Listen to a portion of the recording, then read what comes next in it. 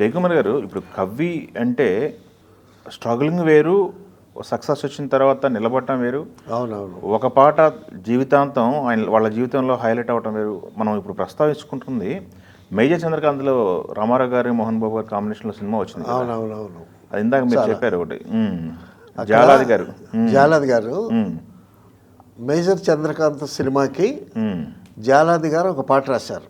పుణ్యభూమి నా దేశం కదా. పుణ్యభూమి నా దేశం నమో నమామి, అవును. ధన్యభూమి నా దేశం సదా స్మరామి అని ఒక అద్భుతమైనటువంటి పాట రాశాడు. ఆ పాట పెద్ద హైలైట్ అయింది. అవును. అందులో అయితే మోహన్ బాబు గారు 50 years కెరీర్లో మేజర్ చంద్రకాంత్ అనేది చాలా గొప్ప సినిమా, గొప్ప ప్రయోగం. అవునవును. దానికి రాఘవేంద్రరావు గారు దర్శకత్వం వహించారు. కీరవాణి గారు అద్భుతమైనటువంటి మ్యూజిక్ ఇచ్చారు.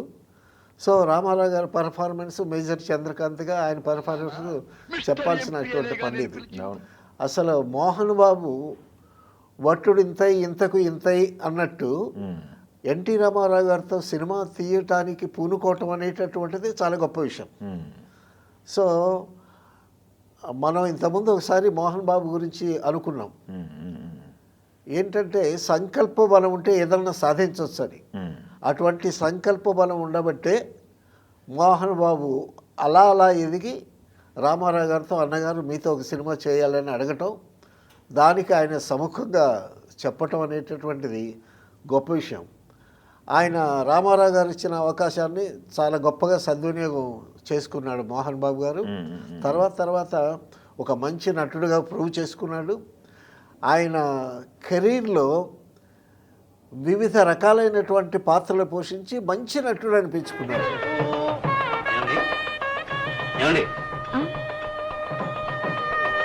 మీ పేరు చూడండి, ఈ పెళ్లి కార్యక్రమం అంటే నాకు చాలా విసుగు. బయటపై నాకు కొంచెం పని ఉంది. మీరేం అనుకోకపోతే ఈ ప్రజెంటేషన్ మీ బాగా చదివిస్తారా? అలాగేనండి.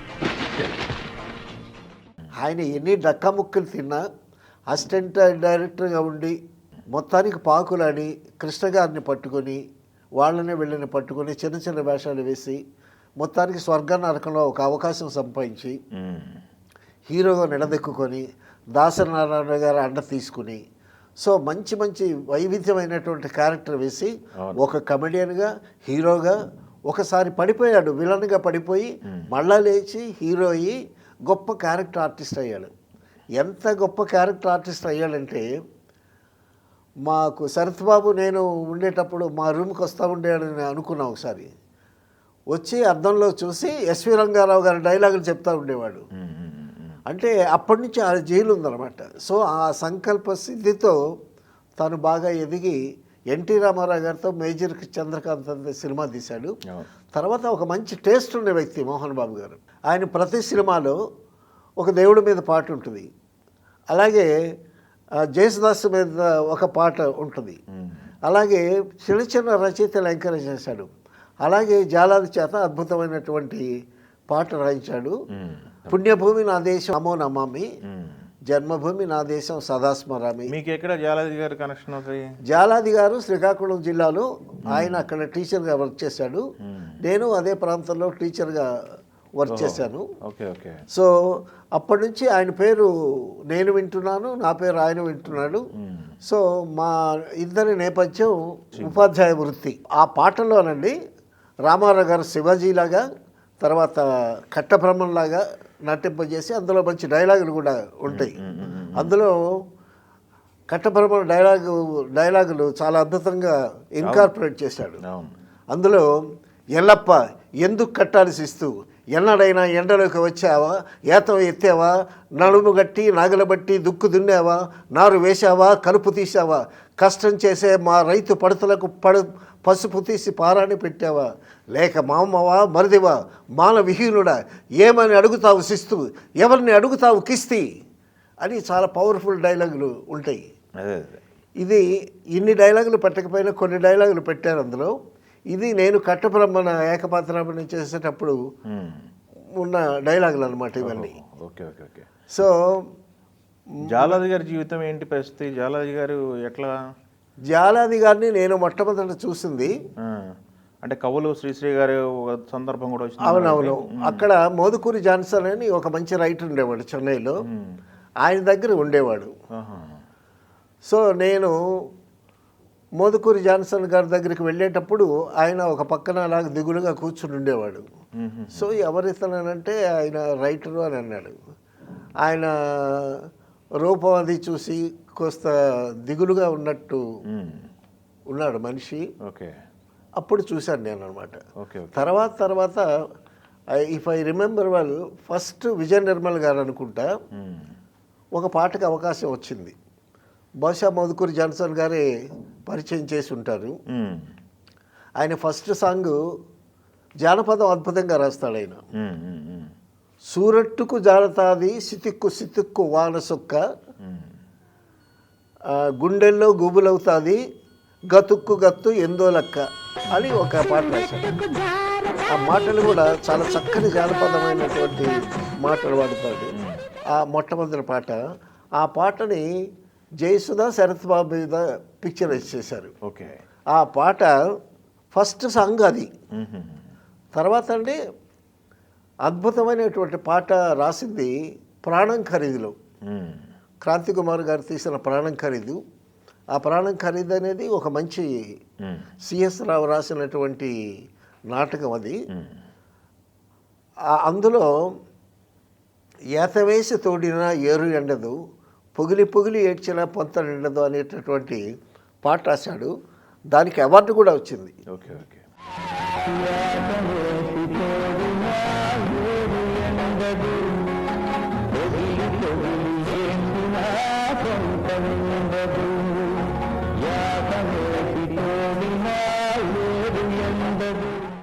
ఆ పాటకి చాలా ముగ్ధుడైపోయి శ్రీశ్రీ, ఏమయ్యా జాలాది, నీ జానపదం అంతా నాకు ఇచ్చేవయ్యా, నా సాహిత్యం అంతా నీకు ఇచ్చేస్తాను అన్నాడంట.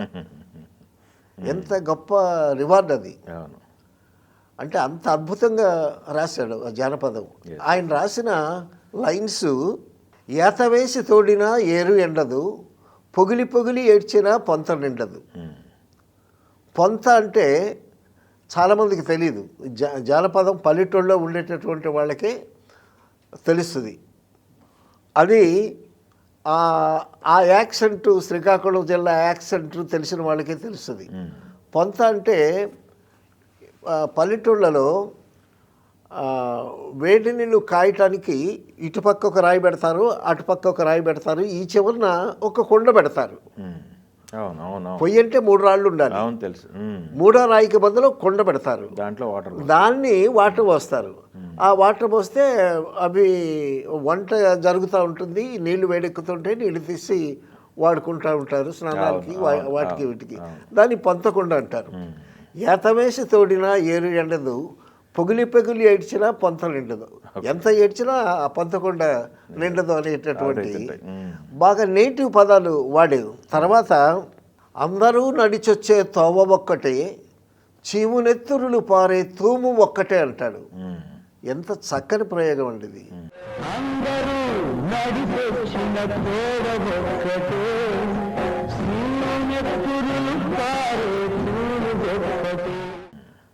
అందరూ నడిచొచ్చే తోవ ఒక్కటే, చీమునెత్తురులు పారే తూము ఒక్కటే.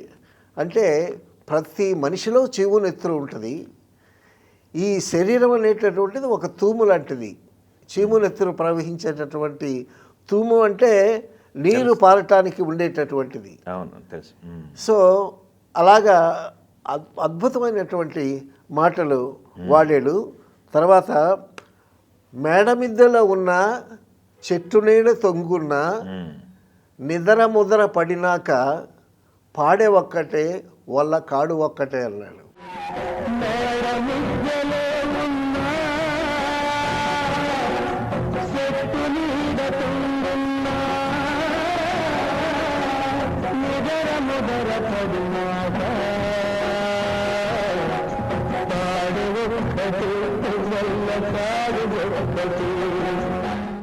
సావుకి చక్కని ప్రయోగం వాడాడు జానపదంలో.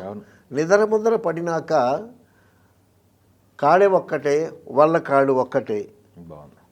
కూత నేర్చిన వాళ్ళ కులం కోకిలంటారా, ఆకలేసి అరిసినోళ్ళు కాకులు అంటారు అన్నాడు. కూత నేర్చిన వాళ్ళ కులం కోకిలంట, ఆకలేసి అరిసినోళ్ళు కాకులు అంటారా?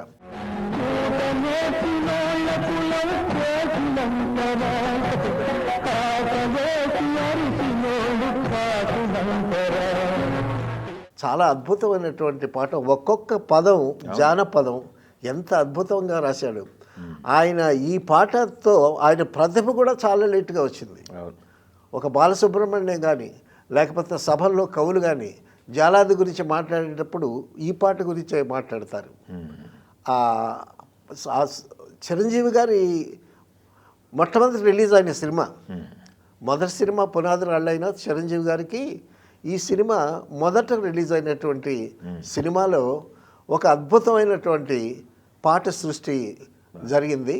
ఆ జాలాది గారికి క్రాంతి కుమార్ గారు అవకాశం ఇవ్వటం కూడా చాలా గొప్ప విశేషం. తర్వాత అండి ఆయన ప్రయోగాలు, 2 చిటికనేళ్ళు కలిస్తే కళ్యాణం అంటారు, 2 బొటన వేళ్ళు కలిస్తే నిర్యాణం అంటారు అన్నాడు. 2 చిటికనేళ్ళు కలిస్తే కళ్యాణం. పెళ్లిలో తిరిగేటప్పుడు భార్యాభర్త చిటికనేళ్ళు పట్టిస్తారు.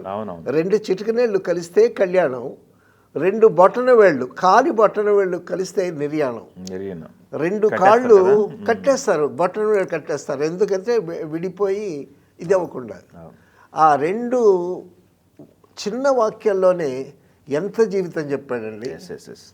కళ్ళు తెరిస్తే ఉయ్యాల, కళ్ళు మూస్తే మొయ్యాల. కళ్ళు తెరిస్తే ఉయ్యాలంటే చనిపిల్లల్ని ఉయ్యాలేస్తారు కదా, కన్ను మూస్తే వాడిని మొయ్యాలి. చిన్న చిన్న పదాలతో ఎంత అద్భుతమైనటువంటి. మరి మరి శ్రీశ్రీ మెచ్చుకున్నాడు, నా కవిత్వం అంతా నీకు ఇచ్చేస్తాను, నీ జానపదం అంతా నాకు ఇచ్చేయని శ్రీశ్రీ అన్నాడంటే మనం నిజంగా నమ్మాలనిపిస్తుంది. అంత గొప్ప విద్వత్తు ఉన్నవాడు. అలాగా జాలాది తక్కువ పాటలు రాసిన చాలా అద్భుతమైనటువంటి పాటలు రాశాడు. ఇప్పుడు ఈ రోజున ఆయన లేకపోయినా ఎప్పటికీ ఈ పాటలు అలా నిలిచిపోతాయి. అలాగా ఎంతోమంది మరుగున పడి మాణిక్యాలు ఉంటారు. అవకాశం రావటం అనేది గొప్పది. ఆ అవకాశం వచ్చేటప్పుడు బంగారానికి మెరుగు పెట్టినట్టు వాళ్ళు వెలుగులోకి వస్తారు. Thank you.